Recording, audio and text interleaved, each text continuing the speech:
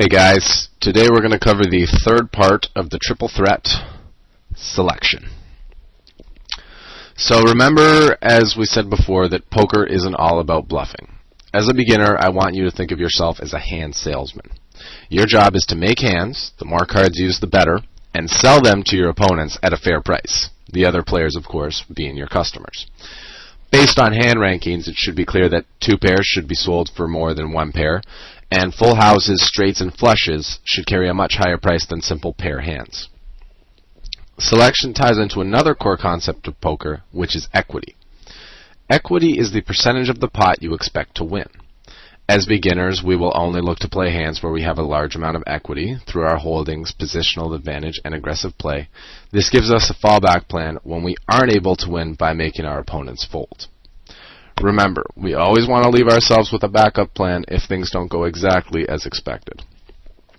I also think this is a good time to introduce pot odds, since we will be looking at equity.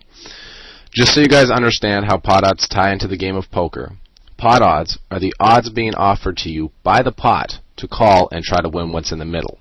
So for example, if you're facing a $1 bet into a $2 pot, it would cost you $1 for a chance to win $3, which is what's in the pot.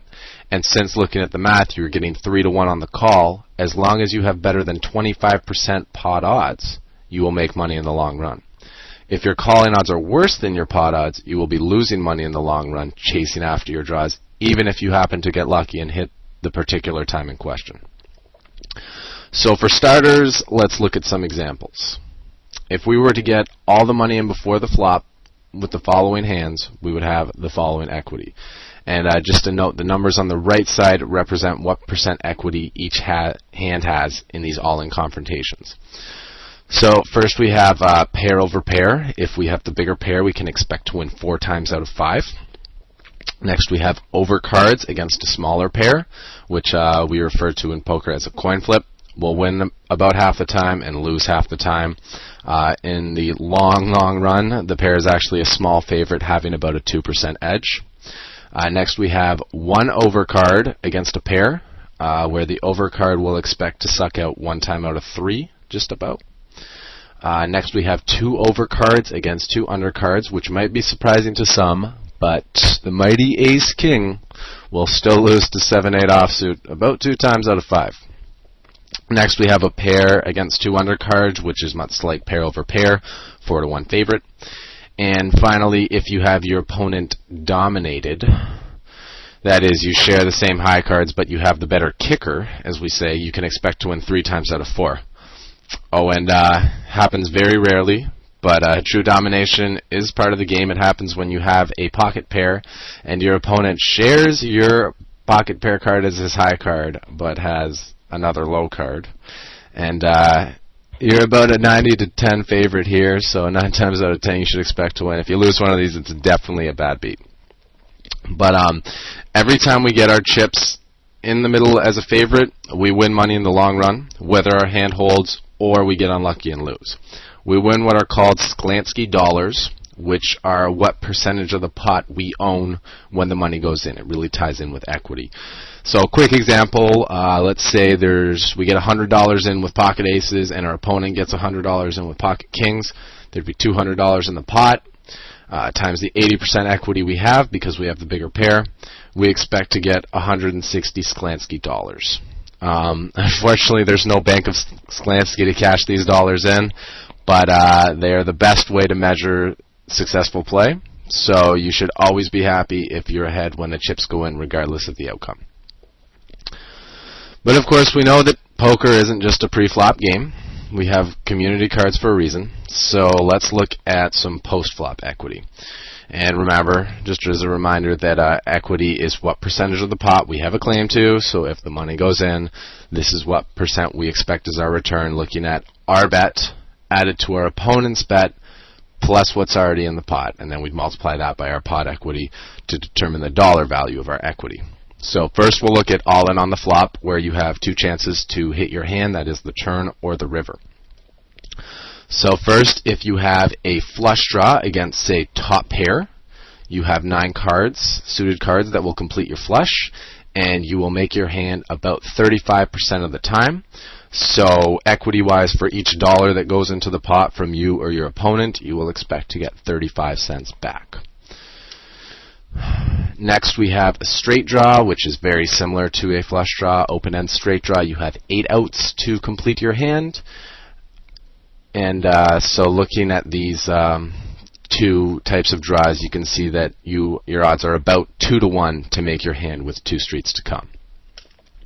If you have 2 pair and you need to improve to a full house to beat your opponent's hand, you have about a 16.5% chance. If you flop a set, which is when your pocket pair hits the 3 of a kind on the flop, you have your odds of improving to a full house are 37%. The reason here that I have 7 as well as 10 outs is that on the flop you have 7 outs to make a full house. But once the turn comes out, if that turn card pairs, you also make a full house. So that would be the additional 3 outs, making for a total of 10. Finally, if you have a straight flush draw, open-ended, or a straight draw and a flush draw, you have 15 ways to make your hand, giving you 54.1% equity. This one's kind of interesting because it shows that if you have enough equity with your draw, it is right to try to get all your money in, even if you only had, say, 5 high with 4 or 5 suited on a 2-3 of your suit flop. Okay? And it's worth mentioning that weak pairs, such as like bottom pair looking to improve to 2 pair, or trips, and even bear over cards can have as much as 24% equity in a pot. So you usually have more equity than you think. I mean, heck, runner draws are even worth a couple of percents, and all those percents add up in the long run. So now we're going to get into the math with 1 card to come. So we have a flush draw, again 9 outs, 19.6%.